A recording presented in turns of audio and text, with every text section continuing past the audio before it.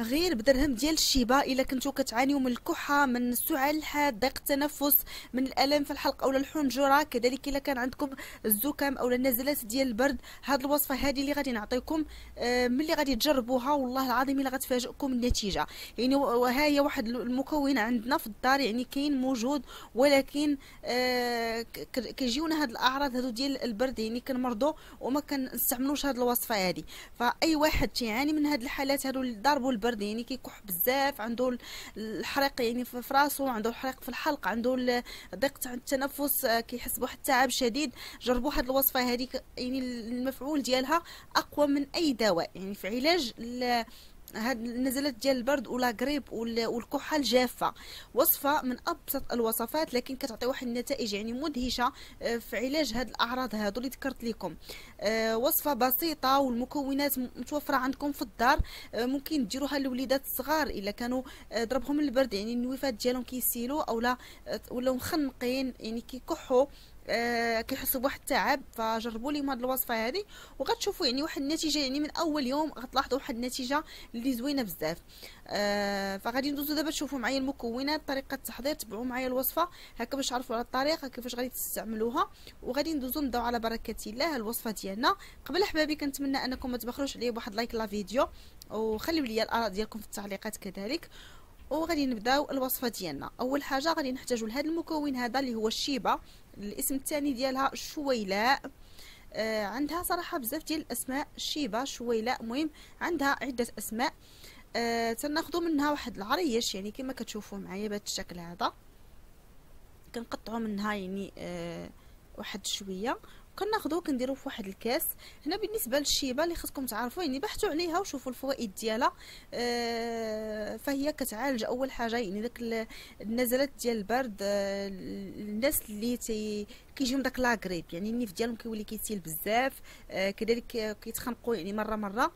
الشيبه كتعالج هاد المشاكل هادو ديال البرد، كذلك يعني كتعالج لينا داك الحريق اللي كيكون في الحلق اولا في البلعم.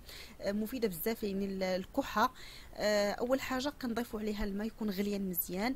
هنا غنغسلوها ولكن ضروري من الماء ساخن. كنغسلوها ما كنخليوهاش بزاف في الماء باش داك الجهد ديالها ما كيمشيش لينا في الماء، غير هكا كنغسلوها ما كاملاش دقيقه. نتوما كنغسلوها بحال هكا مزيان ومن بعد تنحيدوها من الماء.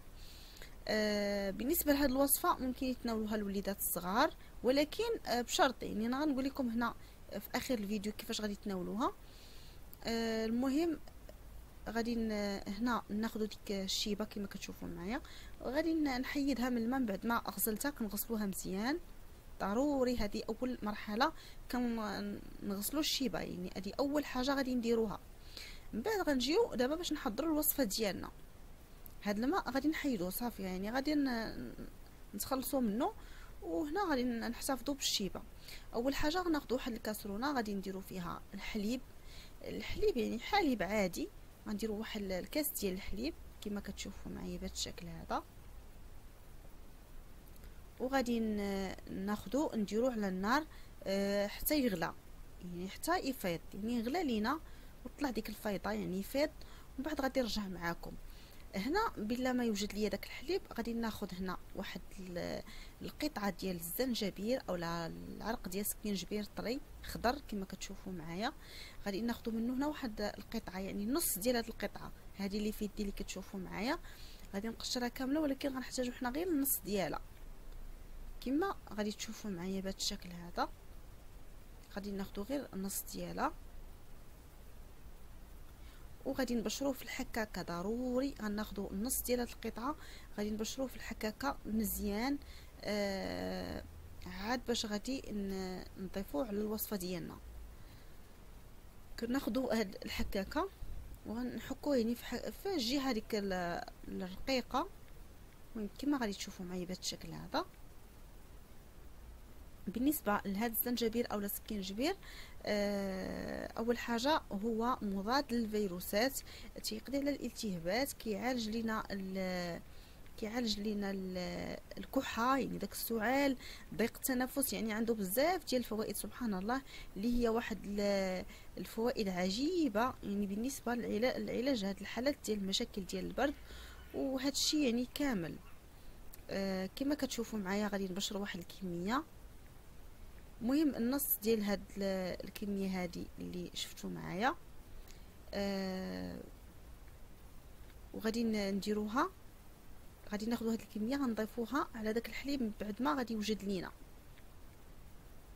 بالنسبه لهاد الزنجبيل يعني كيسرح لينا دوك القصبات الهوائيه، كنكونوا مخنقين يعني بحال كنحسوا به، يعني ما كيخليش لينا داك الاختناق في الصدر، ما تيخليش لينا دوك القصبات الهوائيه يعني مسدودين. ففيه بزاف ديال الفوائد وكيعمل على يعني كيرخي لينا العضلات ديالنا. كنديروا هاد جوج مكونات يعني الشيبه مع داك السكينجبير اولا الزنجبير طري، وتنديروه في الحليب. الحليب راه سخون ديجا يعني غليان، وكنخليوه واحد المده ديال 15 دقيقه. بالنسبه للزنجبير فهو تيطهر لنا القصبات الهوائيه، كيحارب العدوى يعني دوك الجراثيم اللي كيكونوا يعني ملي كنكون فينا الكحه يعني الصدر كيولي فيه واحد الميكروبات. كذلك كيهدئ لنا داك الالام، يعني مسكن هو طبيعي كيخفف لنا من السعال. كذلك ديك ملي كتكونوا كتكحوا كتحسوا بحال شي حاجه يعني كتاكلكم في الصدر اولا في الحلق ديالكم، يعني كتجيب لكم ديك الكحه، كتبداو كتكحوا بحال شي حاجه كتضغطكم. فهذاك السكينجبير اولا الزنجبيل مزيان بزاف لانه كيعالج هاد المشاكل هادو، وكيعالج حتى النزلات ديال البرد، الانفلونزا، يعني جميع هاد المشاكل هادو تيعالجهم. كنخليو هاد المكونات واحد ربع ساعه يعني 15 دقيقه تقريبا، من بعد تنمروا باش كنصفيوهم في واحد الكاس، كنصفيوهم وخلاص هما طلقوا لينا دابا الفوائد ديالهم. كنصفيوهم كما كتشوفوا معايا مزيان. وبالنسبه لهاد الحليب اللي تحصلنا عليه يعني فيه هاد المكونات هادو مزيان بزاف صراحه. من اول يوم يعني غديروا هاد الوصفه وانتم غترجعوا تشكروني عليها. من اول يوم كاع داك الحريق اللي كيكون في الحلق، ديك الكحه اللي كتكون خايبه بزاف، يعني كتبقاو تكحوا حتى الراس ديالكم كيتفرح، حتى الصدر ديالكم كتحسوا بواحد الالم، يعني الضلوع ديالكم كتحسوا بهم تيوجعوكم. ما غاديش يبقى هادشي ان شاء الله، غادي ربي يجيب الشفاء على هاد ان شاء الله هاد الوصفه اللي غادي نعطيكم. هنا كتحليوها بشويه ديال العسل تا هو مزيان، عسل طبيعي بالحق، مزيان بزاف لهاد المشاكل هادو ديال البرد. وهاد الوصفه كتناولوها قبل النوم، بلا ما تناولوها يعني في الصباح ولا في شي وقت، تناولوها قبل النوم. كديروا كاس كبير كتشربوه قبل ما تنعسوا، وكتنعسوا مباشره، يعني ماشي تشربوه وتبقاو تمشاو، ولا كتشربوه وكتغطاو، يعني خصكم تعرقوا على هاد المشروب هذا.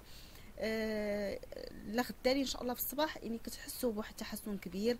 داك التشنجات ديال الصدر، داك الاختناق، داك الكحه، داك الحريق اللي كيكون في البلعم، يعني كل شيء غتحسوا داك الشيء كامل خف عليكم بزاف. غتعاودوها اليوم الثاني واليوم الثالث وصدقوني انكم ما غتبقى فيكم حتى شي حاجه. وصفه زوينه بزاف صراحه. وما تنسوش التغذيه الصحيه راه مزيانه بزاف في الفتره اللي كنكونوا مرضين وكنكون ضربنا البرد ومرضين، يعني في الفتره اللي كنكونوا مرضين. كذلك تناولوا لا فيتامين سي مفيد بزاف للبشره، يعني تاكلوا اغذيه صحيه اللي ترفع لكم من المناعه ديالكم. وفي امان الله.